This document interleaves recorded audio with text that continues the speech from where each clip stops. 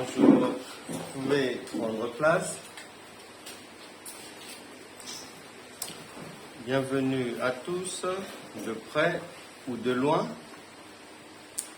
Que le Seigneur dispose le cœur de tout un chacun afin d'écouter avec bienveillance sa parole et de la recevoir pour que lorsqu'on va la recevoir, lorsqu'on va recevoir le conseil de Dieu, que notre cœur puisse être une bonne terre, une terre favorable pour que le Saint-Esprit puisse fabriquer, puisse apporter les belles choses qu'il a déjà prévues, faire dans les vies de tous ceux qui prêtent attention à sa parole.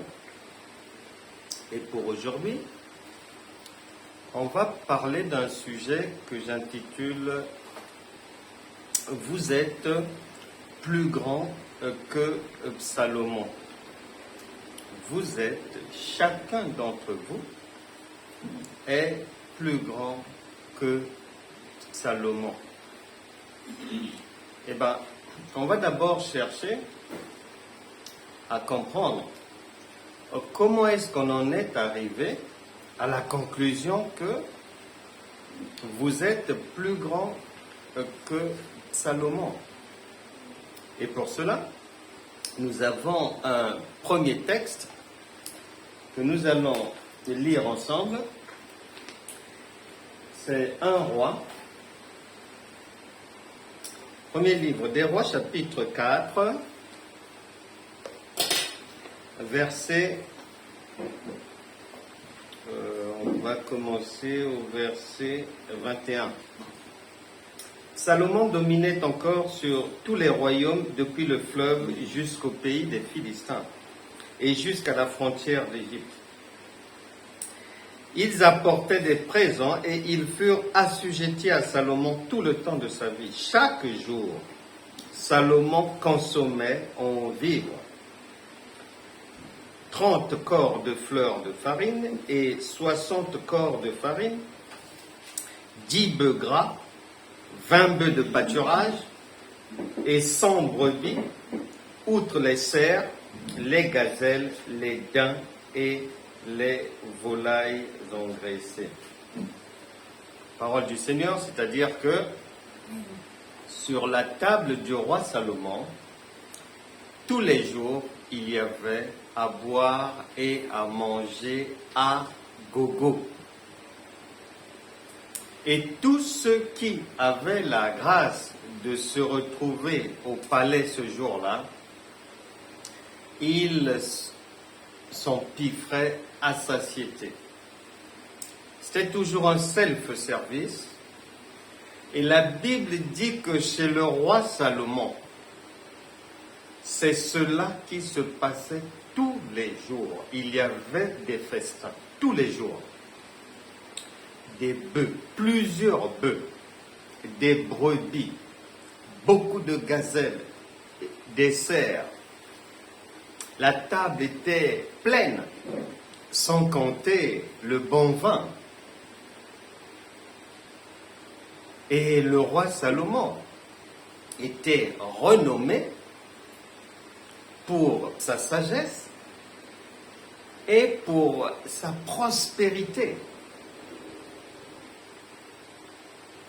Et plusieurs siècles après, le Seigneur Jésus-Christ arrive. Et on va aller vérifier ce qu'il a dit au sujet du roi Salomon. Matthieu chapitre 12. Parce que le Seigneur, lorsqu'il vient, il a parlé du roi Salomon. Mais il va dire quoi? Il va dire, Matthieu chapitre 12, verset 42. La reine du Midi se lèvera au jour du jugement. C'est le Seigneur Jésus qui parle.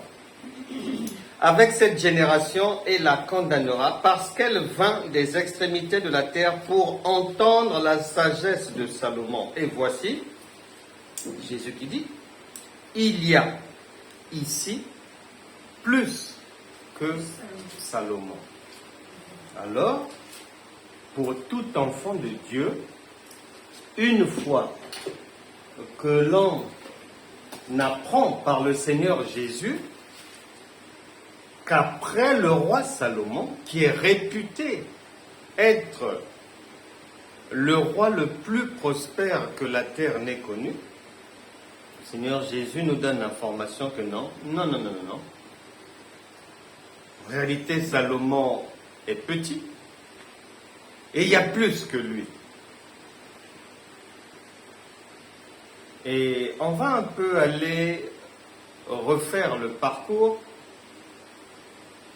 qui va nous permettre de comprendre pourquoi le Seigneur Jésus l'a dit.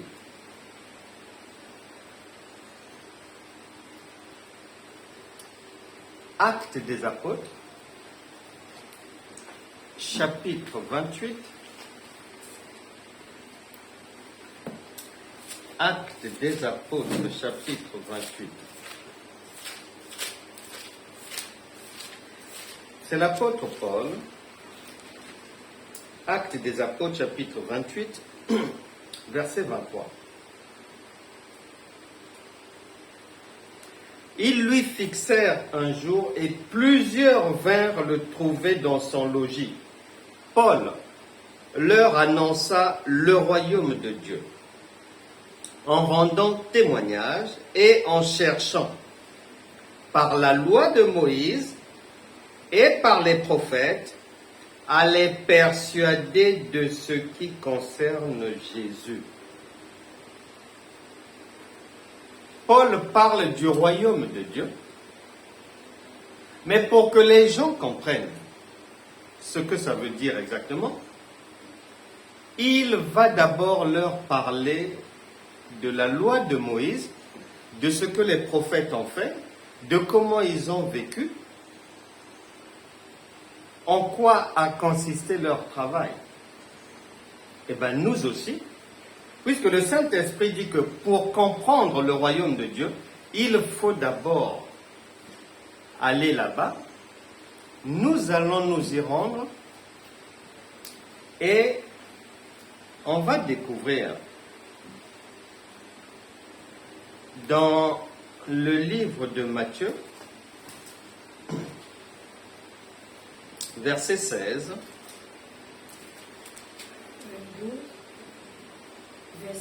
chapitre 16, pardon, verset 13. Jésus étant arrivé dans le territoire de Césarée de Philippe, demanda à ses disciples, « Qui dit-on que je suis, moi, le Fils de l'homme » Ils répondirent, « Les uns disent que tu es Jean-Baptiste, les autres Élie, les autres Jérémie, ou l'un des prophètes. » Cela veut dire ceci. Lorsque les gens voyaient Jésus,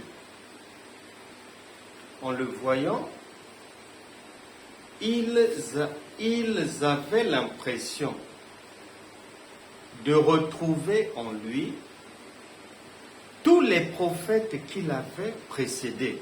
Jérémie, Élie, Habakkuk, Zacharie, Moïse, tout ce monde-là. Pourquoi? Parce que, en réalité,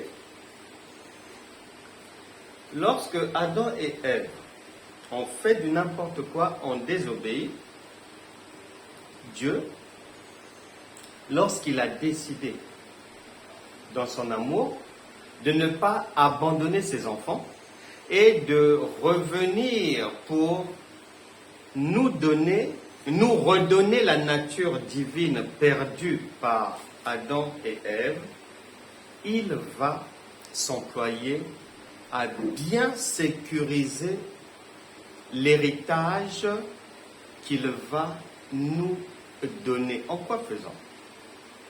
Lorsque Paul dit que pour comprendre Jésus, il lui faut aller comprendre Moïse et les prophètes, et quand Jésus demande à ses disciples, mais les gens racontent quoi sur moi en ville?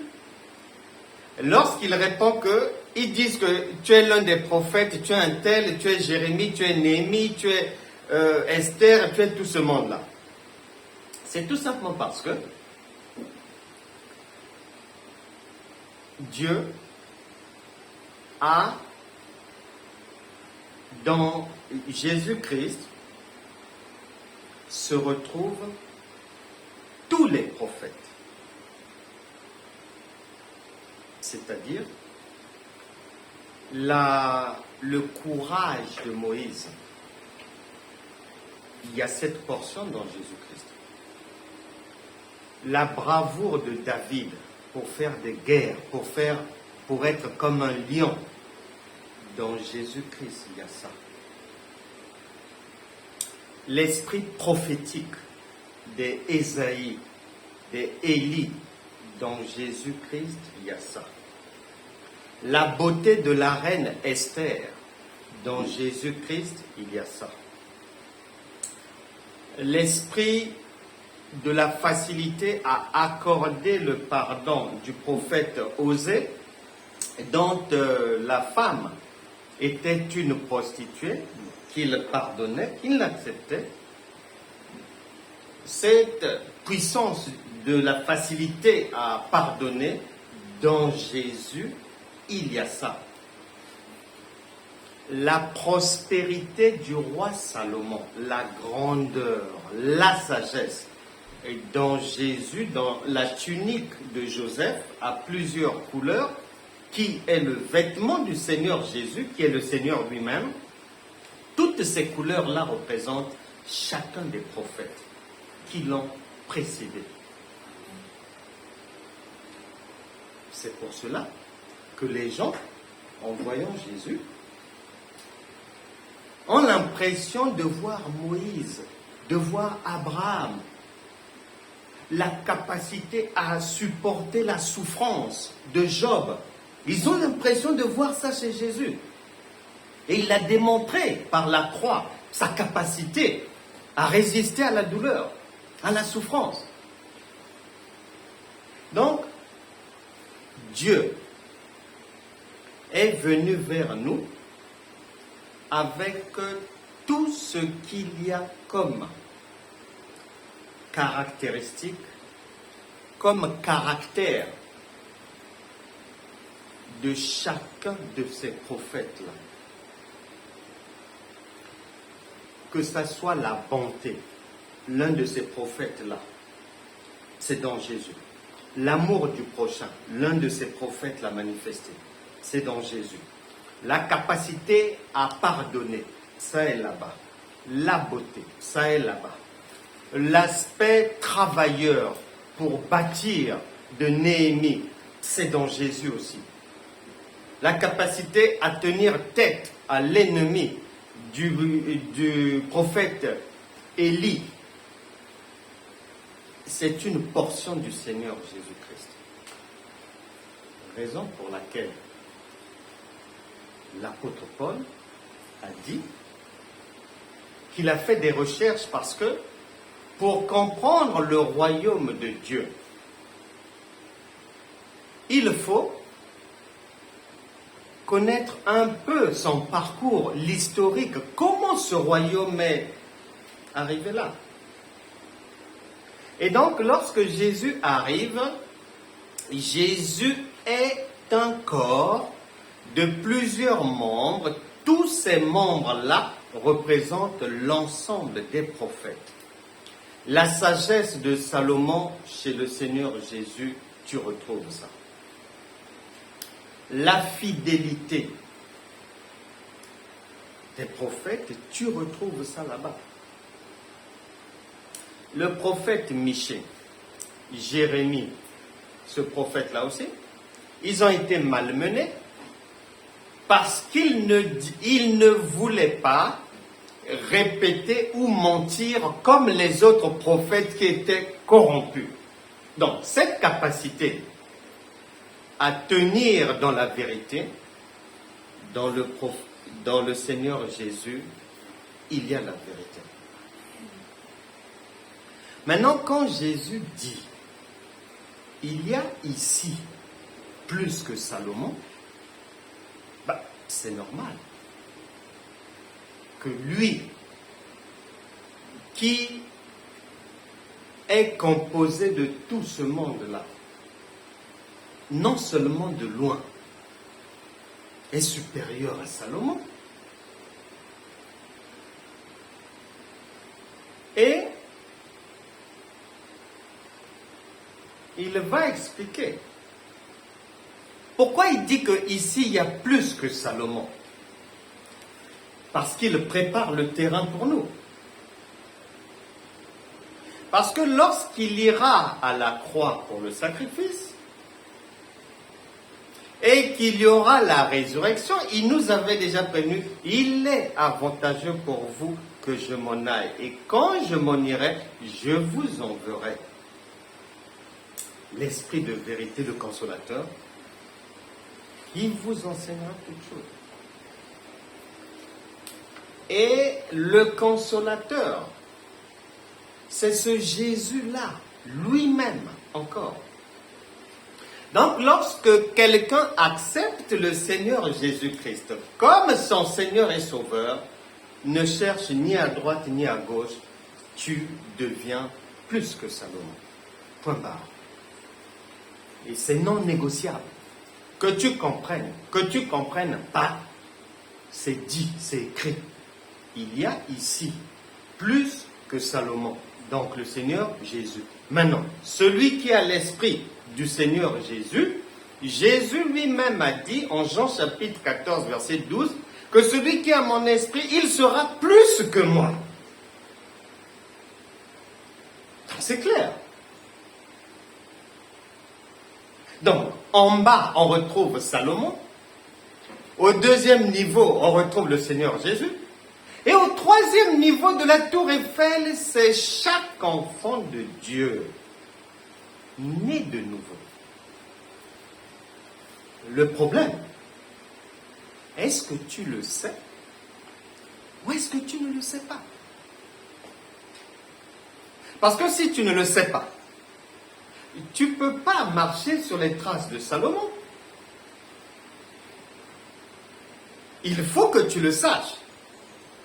Que lorsque, ce n'est pas pour rien, le Seigneur, dans son ministère, il préparait le terrain pour nous seulement. Ce n'est pas pour lui-même. Donc lorsqu'il dit qu'ici, il y a plus que Salomon, il est en train de prophétiser que vous que je vois là, je vous vois supérieur à Salomon.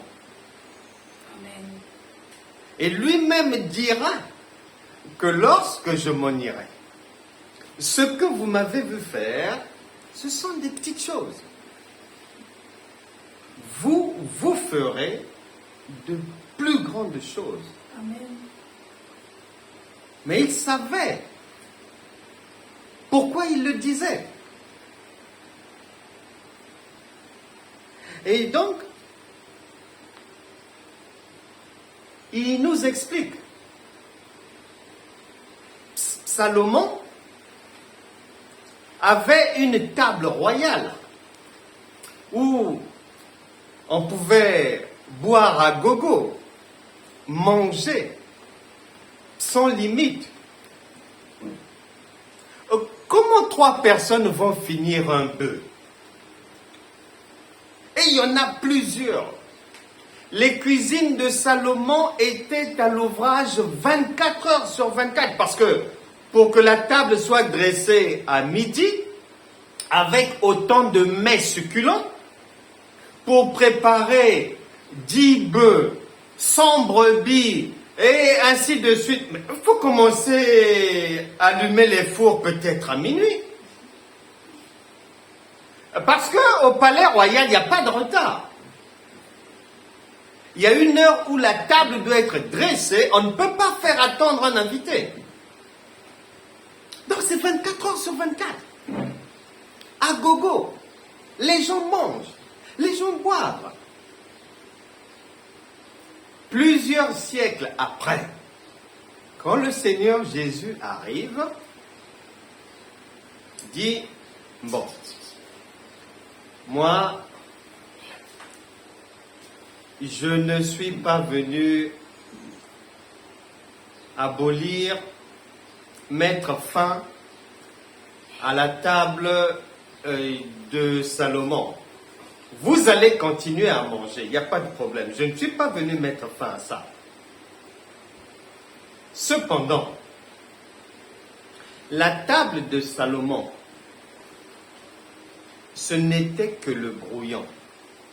Moi, je suis venu maintenant accomplir d'une manière réelle, concrète, parce que Salomon, ce qu'il vous raconte, ne peut pas vous aider dans vos vies. C'est comme de l'histoire, mais moi, ce que je vous ramène, la table que je vous emmène, ce n'est pas une table historique. C'est une table, quand on va la dresser, elle va vous aider. Les mets que vous allez déguster là, si c'est la maladie, tu es guéri. Si c'est la délivrance, tu es délivré. Si c'est le travail, tu reçois le travail. Les aveugles voient, les sourds entendent, les muets parlent, il y a la résurrection, les démons sont chassés. Salomon avait une table royale. Le Seigneur Jésus, quand il arrive, lui aussi dresse une table pour la Sainte Seine. Lui aussi, il dresse sa table pour manger. Puisque Salomon l'a fait là-bas. Et tout ce que Salomon faisait, en lui, il y a ça. Et il dit que ça, c'était de l'histoire, c'est petit ça. Je vais maintenant vous dresser une table qui ne sera pas de l'histoire pour vous, parce que les histoires de Salomon, sa bouffe et son vin et tous ses invités, même si vous lisez ça pendant 1000 ans, ça ne vous servira à rien. C'est une ombre pour vous. Je suis la lumière. Je vous apporte maintenant la lumière. Il dresse sa table. Qu'est-ce qu'il y a dans la table, sur la table du Seigneur? Parce que chez Salomon, c'était des bœufs, des vaches, des brebis, des boucs, tout ce monde-là. Mais le Seigneur Jésus aussi a dressé sa table. Ce qui veut dire, lorsque tu commences de Genèse chapitre 1, verset 1,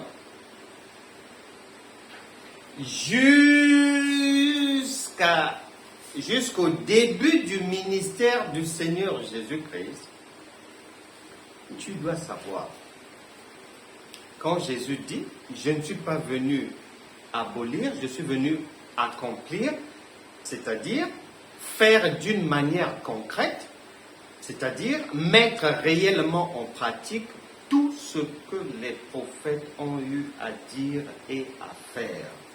Ce qui veut dire que tout ce que tout ce monde-là ont fait, quand tu vois la vie du Seigneur Jésus, tout ce qu'ils ont fait, Jésus est venu le faire, mais d'une manière améliorée et concrète, pratique. Il dresse sa table.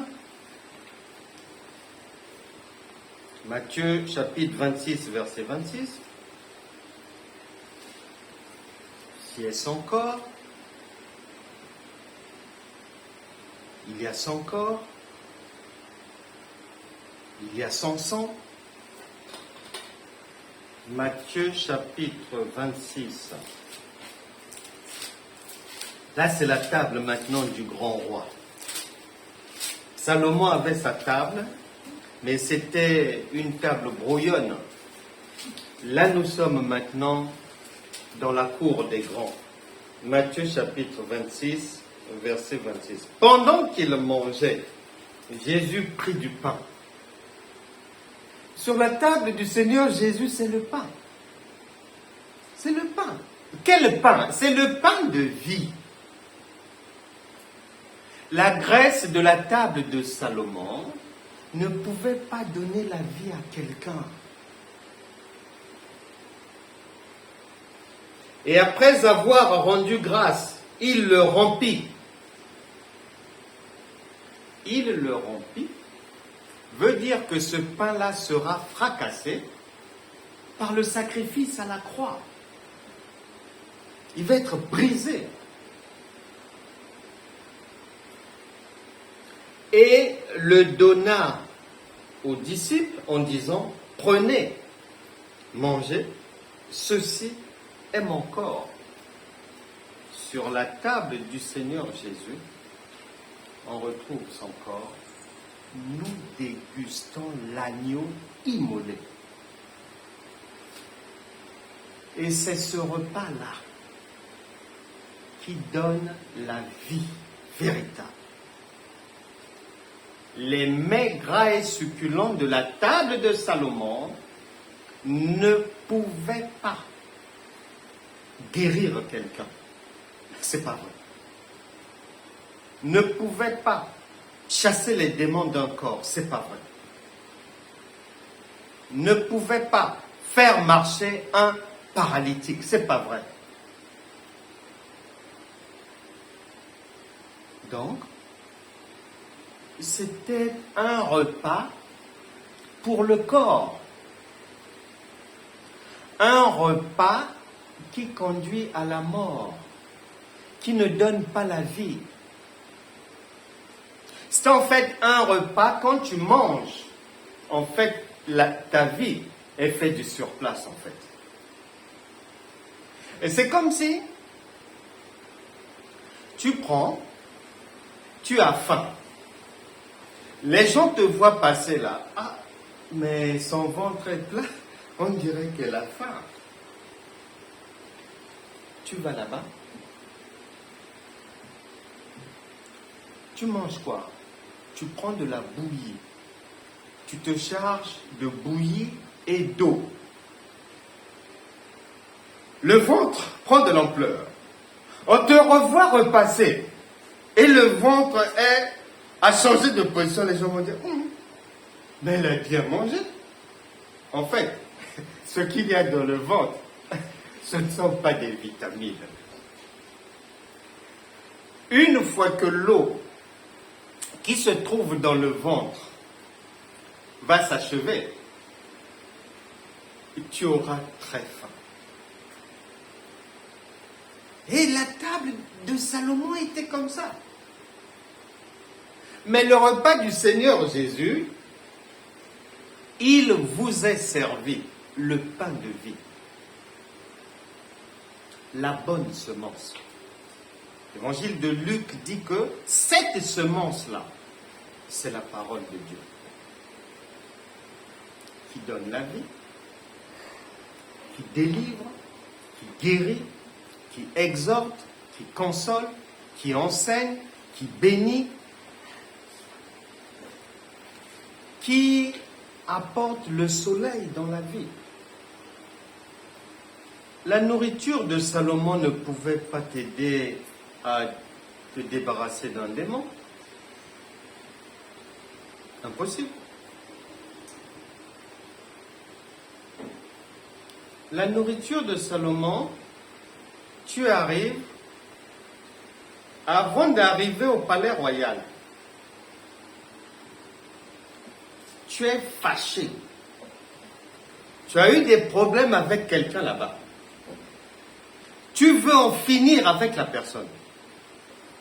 Quand tu vas venir à la table de Salomon, quand tu vas manger, et que tu ajoutes le vin là va augmenter ta détermination à aller en découdre avec la personne. Donc une nourriture tromperie. Or, le repas du Seigneur Jésus, lorsque tu es à la table du grand roi, Marc chapitre 11, verset 25-26 dit, et si tu avais quelque chose contre quelqu'un, quand tu as goûté au Seigneur, tu as dégusté la parole, au lieu de l'agressivité, c'est l'esprit du pardon qui prend place. La table de Salomon était une tromperie. C'était une table belle d'apparence. Oui, on pouvait manger, on pouvait déguster. Mais quand tu es arrivé au palais royal, tu es arrivé avec tes problèmes. Une fois que tu t'empiffres d'alcool, de bœuf, de veau, de tout ça là, quand tu sors du palais, tu as toujours tes problèmes dans la tête à les résoudre. Jésus est venu mettre fin à ça. En mettant sur la table une nourriture, un repas supérieur qui enlève l'anxiété, les insomnies, les céphalées. Quand tu viens sur la table du grand roi, le Seigneur Jésus, tu arrives avec colère, avec haine, contre quelqu'un, contre ta belle-mère par exemple. Mais ce repas-là, quand tu vas le prendre, il va adoucir ton cœur, et la Bible déclare qu'il change les cœurs de pierre en cœurs de chair. Tu vas maintenant faire la paix avec la belle-mère. Mais la nourriture de Salomon ne pouvait pas te conduire à bon port, non. Puisque le vin va t'encourager, va te fortifier pour aller casser la gueule, pour ne plus tolérer du n'importe quoi.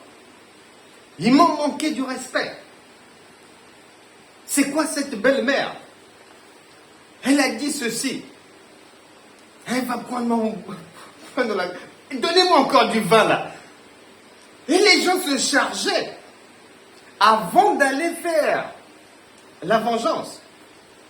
Mais le repas du Seigneur, il enlève l'agressivité, la colère, il change le cœur, il pardonne. La parole de Dieu, là où il y avait la haine, c'est le pardon qui est là. C'est cette œuvre-là que le Seigneur est venu faire pour nous. Et il est dit dans Matthieu 26, verset 27, il prit ensuite une coupe, et après avoir rendu grâce, il la leur donna en disant, buvez-en tous. Cette coupe, c'est la coupe du Saint-Esprit. Salomon n'avait pas le Saint-Esprit. Que pouvait-il servir à ses invités?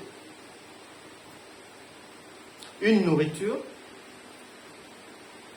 sans Dieu.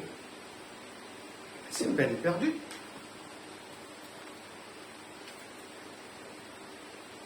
Salomon n'avait pas ça. Les gens qui allaient manger chez Salomon, ils arrivaient malades. Lorsqu'ils sortaient de table, ils étaient toujours malades. Quelqu'un dans l'endettement arrive invité au palais royal pour un festin, mais une fois qu'il sort du palais, son problème d'endettement est toujours là. Et ce sont ces choses-là que le Seigneur Jésus est venu corriger.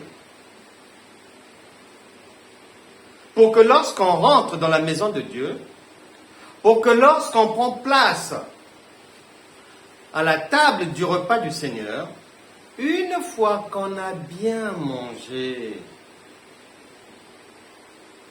ce qu'on a mangé, le pain de vie vient faire disparaître toute dette, toute trace d'amertume, la haine, la colère, les injures, les insuffisances. Et c'est ce pain-là qui nous est proposé tous les jours. Tous les jours.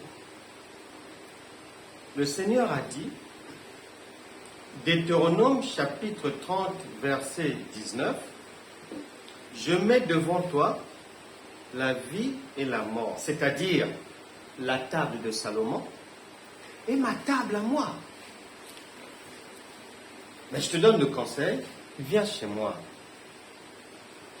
Tu auras la vie abondante. » C'est vrai, chez Salomon, tu vas te bourrer le ventre.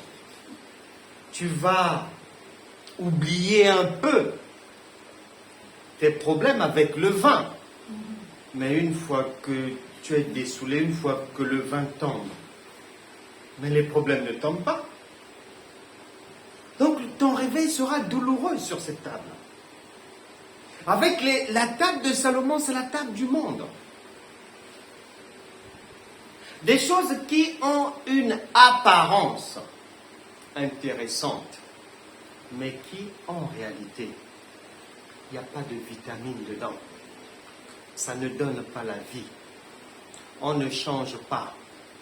On est toujours la même personne.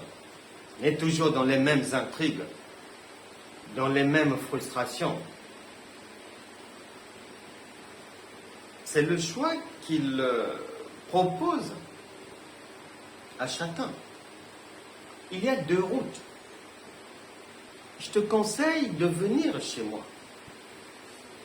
Parce que chez moi, tu ne manqueras de rien. La table du Seigneur, c'est aussi Ésaïe chapitre 35, verset 8. Il est dit qu'elle ressemble à une route. Même le plus insensé des insensés du groupe des insensés, de l'association des insensés, du monde, s'il vient sur cette route-là et qu'il s'assoit à la table du grand roi, il devient sage après avoir mangé. Il ne peut pas se perdre. Il ne peut plus confondre. Il ne peut plus se tromper. Il ne peut plus marcher avec les tordus. Il ne peut plus aller faire des choses infâmes. Il ne peut plus vouloir marcher dans les ténèbres et dans la confusion. Il est homme. Il passe dans une rue, on lui dit, mais est-ce que tu sais que tu es aussi femme ou tu peux devenir femme? Et il accepte. Non. À la table du grand roi, une fois qu'on a mangé, on ne peut pas confondre. On ne peut pas se tromper. Et on ne peut pas suivre des charlatans, les méchants, les pécheurs. Non. On ne peut pas le faire. C'est pour ça que le Seigneur a dit, Jean chapitre 15, verset 7, si ma parole, donc ma nourriture, mon repas que je vous propose, mon corps, ma parole, demeure en vous, donc si c'est ce que vous dégustez, avec joie, avec plaisir, et que moi, je sois toujours le plat sur votre table, à partir de là, demandez tout ce que vous voulez et cela vous sera accordé. Chacun doit comprendre que Dieu ne peut pas mentir et que Dieu n'est pas égoïste. Jésus n'est pas venu travailler pour lui. Il avait des frères, il avait une mère, il avait des sœurs.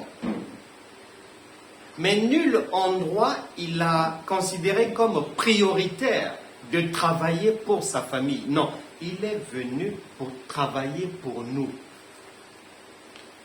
Donc, lorsqu'il dit ici, il y a plus que Salomon, il ne parle pas de lui.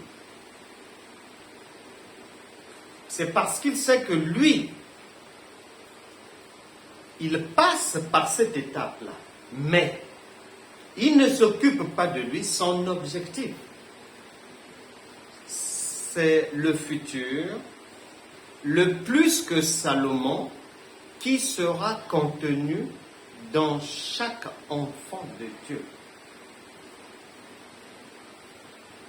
Si Dieu dit que tu es plus que Salomon, mais ça demande quand même à s'asseoir et à réfléchir.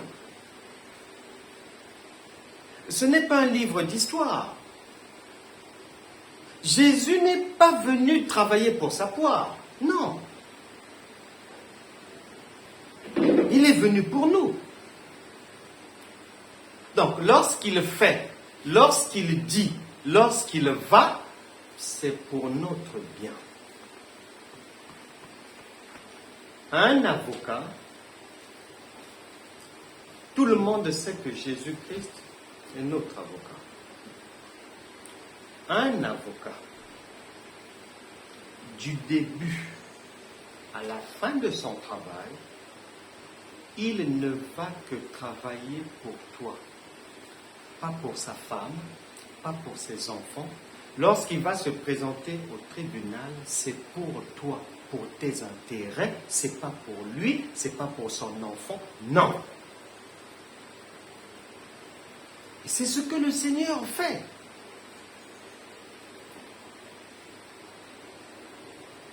Si en lui, il y a l'ensemble des caractéristiques positives de tous les prophètes, et que lui maintenant vient vivre en toi, que tu comprennes ou que tu ne comprennes pas, lui il a fait son boulot. C'est-à-dire, il t'a chargé. Actes des Apôtres, chapitre 1, verset 8, vous recevrez une puissance. Le Saint-Esprit. Mais ce Saint-Esprit, c'est ça. C'est l'ensemble des prophètes qui peuvent manifester l'amour, la fidélité, la vérité, le courage, la force, la prospérité. C'est ça. On n'est pas dans une cour de l'école maternelle. Il s'agit de la vie de chacun de nous qui a été traité là, nettoyé, planifié pour réussir, pas pour échouer.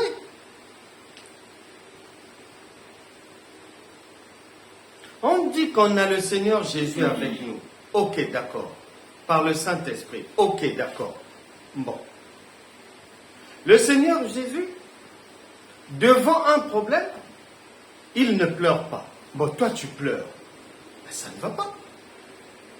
Bon, le Seigneur Jésus, lui, lorsqu'il y a une situation, il est à même, il est conscient de la force, de la puissance en lui. Il est à même de sortir de la difficulté par son esprit. Bon, s'il est en toi, il s'attend au même résultat. Bon, le Seigneur Jésus, même si tu craches sur lui, même si tu l'injuries, il pardonne. Bon, est-ce que c'est ce que tu fais en disant que tu as Jésus en toi? Est-ce que tu fais la même chose? Le Seigneur Jésus n'a aucune rancune vis-à-vis de qui que ce soit. Est-ce que c'est ton cas? Eh oui. Chrétien, Seigneur, c'est bien beau. Mais est-ce qu'en toi, lorsqu'on te voit, est-ce qu'on peut retrouver le même vêtement que celui qu'on retrouve sur le Seigneur Jésus? Puisque les gens en ville l'ont dit, il est comme Élie, et Jérémie. Ce... On ne dit pas que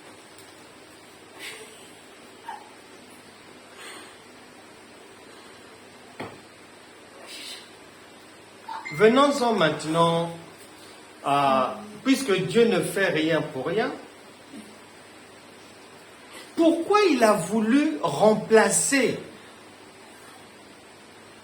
dans les plus brefs délais la table de Salomon par une table plus excellente? Et pourquoi il nous invite à cette table quotidiennement? Et ceux qui marchent dans les commandements de Dieu sont tous les jours à la table du grand roi.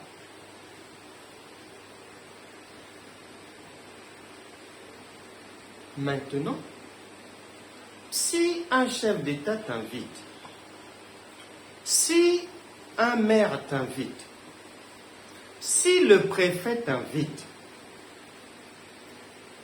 à sa table, normalement, la première question qui va te venir à l'esprit, il m'invite, pourquoi?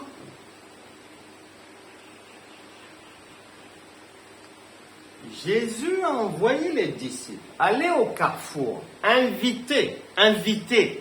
La table est dressée, allez inviter. Quiconque viendra, il sera sauvé.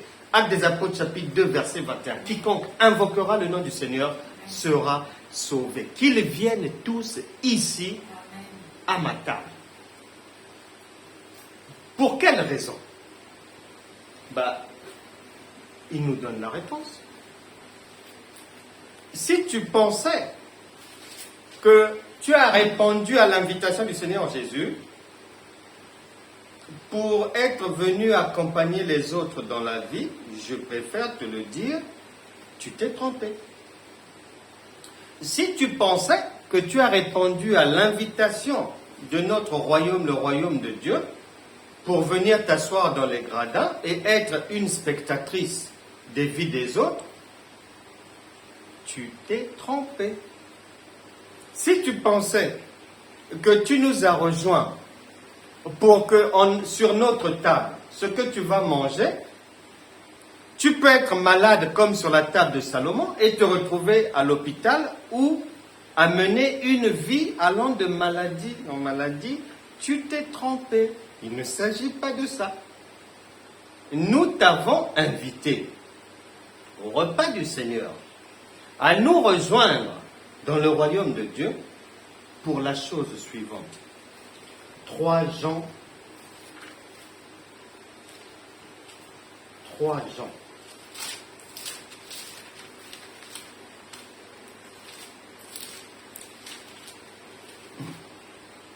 Verset 2. Bien-aimé,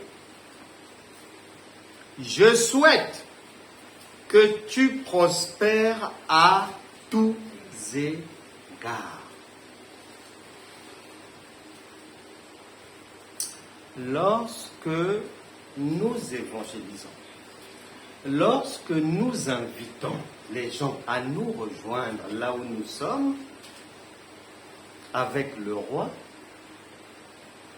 c'est pour que la prospérité sur laquelle nous sommes assises dans le royaume de Dieu, que tu puisses aussi en bénéficier.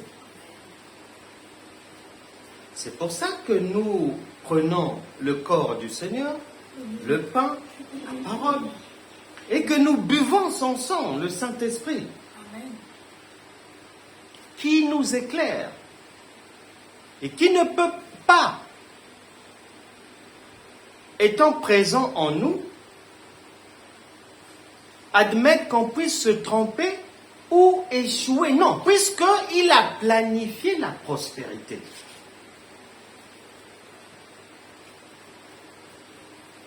C'est clair. Donc le Seigneur Jésus fait comprendre aux gens dans son ministère. Écoutez, à l'époque, vos ancêtres allaient chez Salomon, manger là-bas parce que ils cherchaient à se rapprocher de Salomon, de sa sagesse, à l'écouter, à passer du temps avec lui, dans le vin, dans des mets succulents. Mais moi, le repas que j'ai emmené, c'est 1000 fois ça. Et ce repas-là, l'objectif, c'est le changement de la vie pour prendre l'autoroute de la prospérité. Il n'y a pas un autre programme. Ce n'est pas pour prendre le chemin de l'hôpital. Non, il n'y a pas ça dans le royaume de Dieu. Amen. Ce n'est pas pour rester dans les dettes. Non, ça n'existe pas. L'endettement est une expression du monde. Dans le royaume de Dieu, ce terme-là n'existe pas. Le terme qui existe dans notre royaume, le royaume de Dieu, dans la parole de Dieu, c'est l'abondance. Pour ses enfants, pour ceux qui viennent à la table. Il n'y a pas autre chose que ça. Maintenant, lorsque tu nous rejoins, bien évidemment, puisque nous sommes avertis que sur terre, il n'y a pas que de bonnes personnes, il y a aussi des méchants. Bon, ils vont savoir que, elle va maintenant là-bas, ils savent que c'est la maison de la prospérité, la maison de Dieu. Elle risque de changer. Il faut qu'on l'empêche. Il faut qu'on l'empêche. Par tous les moyens. Bon, on va commencer par lui envoyer un fiancé païen, de manière à ce qu'il y ait un mouvement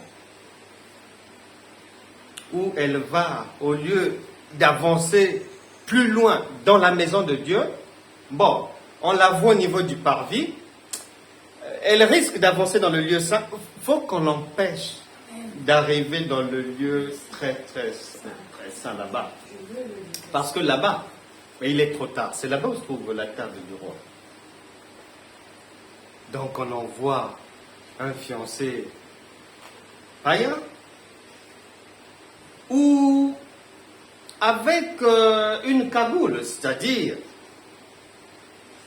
il se présente comme croyant, mais au-dedans de lui, il n'est pas avec toi, il t'accompagne, fait plaisir et tout. Et ça va être comme ça. Au travail aussi, on va vouloir t'empêcher.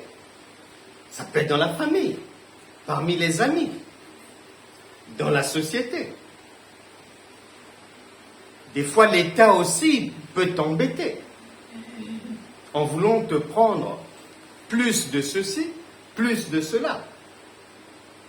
Mais la bonne nouvelle, c'est que lorsque tu es sur la table du grand roi, tout ce que tu vas déguster venant de lui, personne ne pourra t'empêcher de réaliser ce que tu veux réaliser. Genèse chapitre 26. C'est le frère Isaac. Il avait sa société. Dieu l'avait planifié pour la prospérité, comme chacun de nous. Puisque Dieu ne change pas. Genèse chapitre 26. Et il y a des gens mal intentionnés qui vont lui mettre des bâtons dans les roues à chaque fois. Mais Isaac ne se décourage pas. Parce que la parole qu'il a reçue de Dieu, le Dieu avec lequel il marche, est un Dieu qui ne se décourage pas. Jésus ne se décourage pas. Bon, tu dis maintenant qu'il est avec toi, mais comment ça se fait que lui ne se décourage pas et toi tu te décourages? Non. Sur la voie de la prospérité, il peut y avoir des vents contraires, comme dans la barque. Les problèmes de la vie peuvent se lever. Mais ça ne change pas. C'est-à-dire, le programme de la parole pour toi ne va pas changer. Et il est dit, Isaac donc, dans son travail, au moment où il travaille pour atteindre la prospérité, on lui met des bâtons dans les roues. Mais un jour, Genèse chapitre 26, verset 32, ce même jour, des serviteurs d'Isaac vinrent lui parler du puits qu'il creusait et lui dire, nous avons trouvé de l'eau.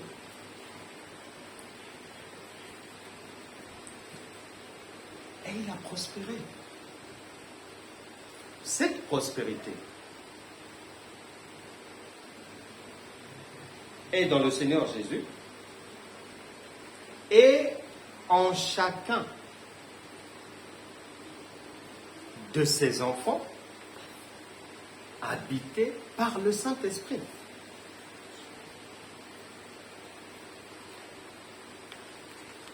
C'est le Seigneur lui-même qui a dit, il y a ici plus que Salomon. Tu pensais peut-être qu'il parlait de lui-même. Tu pensais peut-être qu'il parlait d'un sujet quelconque, d'un autre roi dont il ne t'a pas donné le nom. Non. Il te parlait de toi-même. Je connais un monsieur avec sa femme.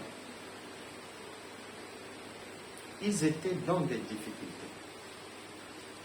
Mais comme tous les chrétiens qui veulent marcher dans les voies du Seigneur et revêtir le vêtement de Christ, il était fidèle à l'Église. Et dans sa vie de tous les jours, il faisait de son mieux pour rester, pour garder sa place à la table du grand roi, en demeurant dans la parole avec sa femme. Un jour, ils étaient en train de prier, un groupe de prière comme ça. Mais lui ne savait pas. Il y avait parmi les gens qui étaient là des personnes qui aussi avaient, qui filmaient la petite séance de prière. Parce qu'il y avait un cas de maladie, une femme qui souffrait du cancer, et ils se sont mis à prier pour cette femme-là. Ils ont fait la prière comme ça, et puis la vie a continué.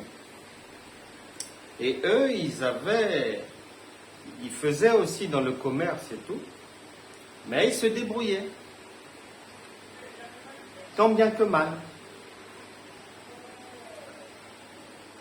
Quelques semaines après, parce que ils ont l'habitude de prier comme ça, mais quelques semaines après, on l'appelle au sujet d'une réunion de prière qu'il avait organisée avec des bien-aimés. Il a peur, pourquoi? Parce que ce n'est pas n'importe qui l'appelle. Il est convoqué par la police pour cette réunion-là. Et donc, il réfléchit. Mais qu'est-ce qu'on a fait dans cette réunion qui est hors la loi? Il est obligé de répondre à la convocation, il va là-bas. En fait, dans ce pays-là, à cette époque-là, la femme du chef de l'État souffrait d'un cancer. L'hôpital ne pouvait plus rien faire pour elle. Elle a consulté des chrétiens de ci, cela, comme elle est une femme de président, donc elle peut facilement appeler des pasteurs, des prêtres, des ceci, cela et tout. Et l'une de ses amies va lui montrer la prière qui avait été faite ce jour-là pour une femme malade du cancer. elle suit. Et la nuit, Dieu lui dit, qu'est-ce que tu attends pour faire comme cette femme-là? Va, que le monsieur l'a pris pour toi. Elle se réveille. C'est de là où elle dit à son mari, elle montre à son mari dit, si tu veux, je le fais chercher, et tu lui diras, tu veux lui dire. C'est comme ça que la police l'a convoqué, et c'est comme ça qu'on l'a emmené chez la dame. Et les choses se sont passées comme Dieu le lui avait dit dans le rêve. Le monsieur a prié pour elle. Elle a eu la guérison quelque temps après. Et un jour, son mari, donc le président, et sa femme, guéris, ont appelé ce couple-là, les ont invités à leur table pour les remercier. Le frère chrétien avec sa femme. Lorsqu'ils ont fini de manger, au moment de partir, le couple présidentiel leur a fait une offrande de remerciement. Il dira ceci.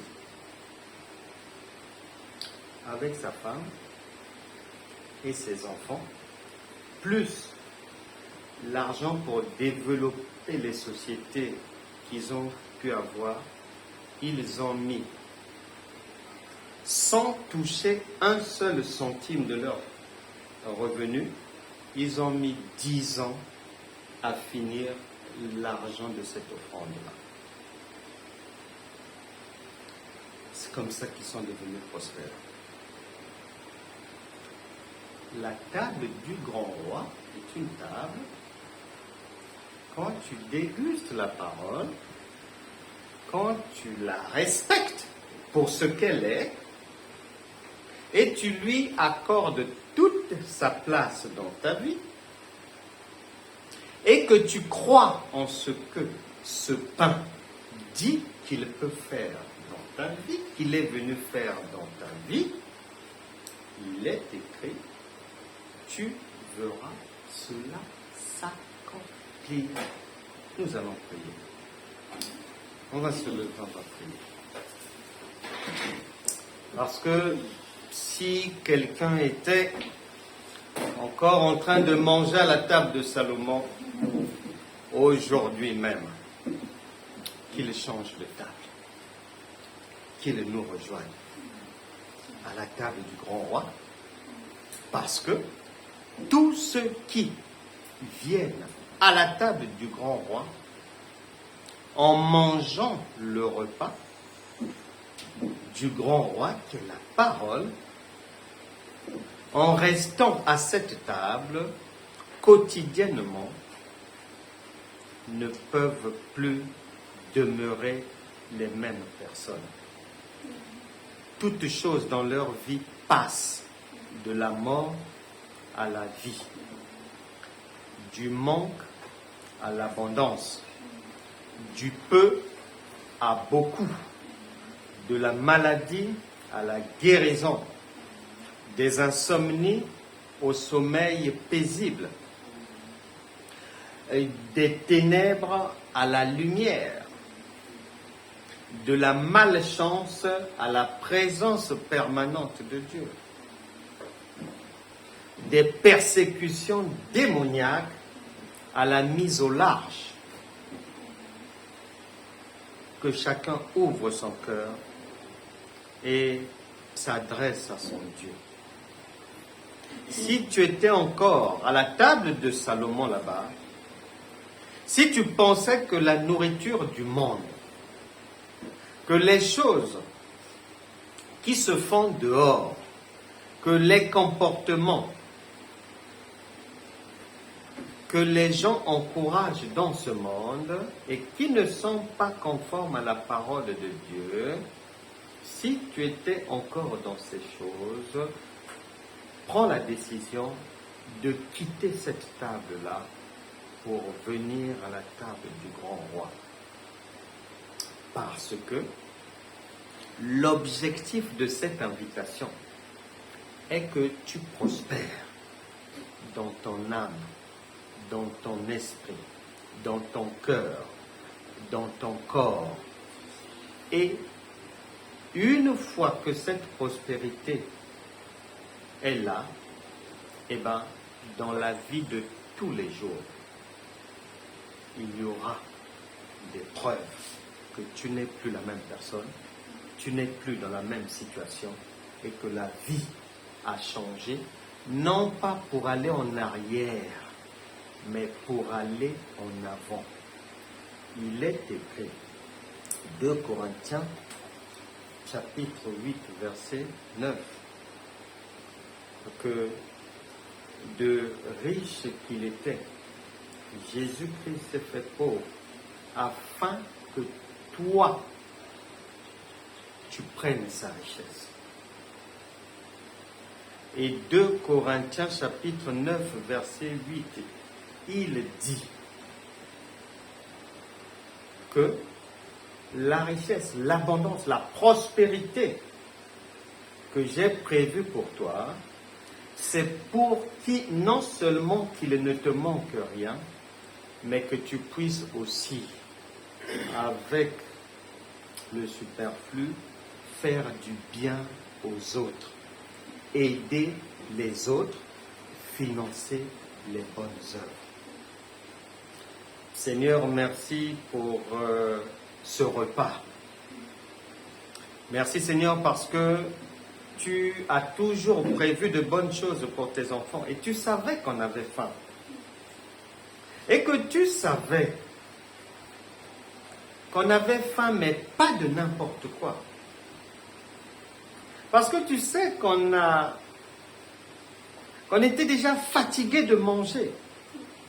Mais manger sans que notre faim soit comblée, on ne pouvait plus poursuivre à une telle table. Merci Seigneur de nous avoir invités à la bonne table et que toute personne qui ne nous a pas encore rejoints à la table du Seigneur, je te propose dans ton cœur d'accepter de nous rejoindre à partir d'aujourd'hui. Nous te recevons dans notre royaume et ta place est désormais à la table du grand roi. Tu peux manger sa parole à satiété, tu peux solliciter le Saint-Esprit 24 heures sur 24, car il est désormais en toi pour apporter des solutions à ta vie. Que toute chose qui avait conduit une personne dans des erreurs, dans des mauvaises choses, s'arrête à partir d'aujourd'hui. Que la puissance de la résurrection de Christ puisse se manifester dans toutes les vies. Que l'idolâtrie, le culte des morts, l'adoration de Marie et autres choses en abomination à Dieu, que quiconque dégustait auparavant, que ces choses disparaissent désormais de ta vie, car à la table du grand roi, il n'y a pas ces choses. Nous disons non à l'idolâtrie, non aux ténèbres dans la vie d'une personne, non à la souffrance, non à la maladie, non aux difficultés à répétition, non aux problèmes avec les enfants, non aux problèmes au travail, non aux maladies qui vont et reviennent, non à la confusion, non à l'esprit de la folie, non au comportement dégradant. Nous disons non à cela, non à l'alcool, non au tabac, non aux drogues, non à tout ce qui est addiction au nom puissant de Jésus. Que chacun reçoive d'une manière définitive le pain de Dieu aujourd'hui. Que la vie ne soit plus jamais la même. Amen. Amen.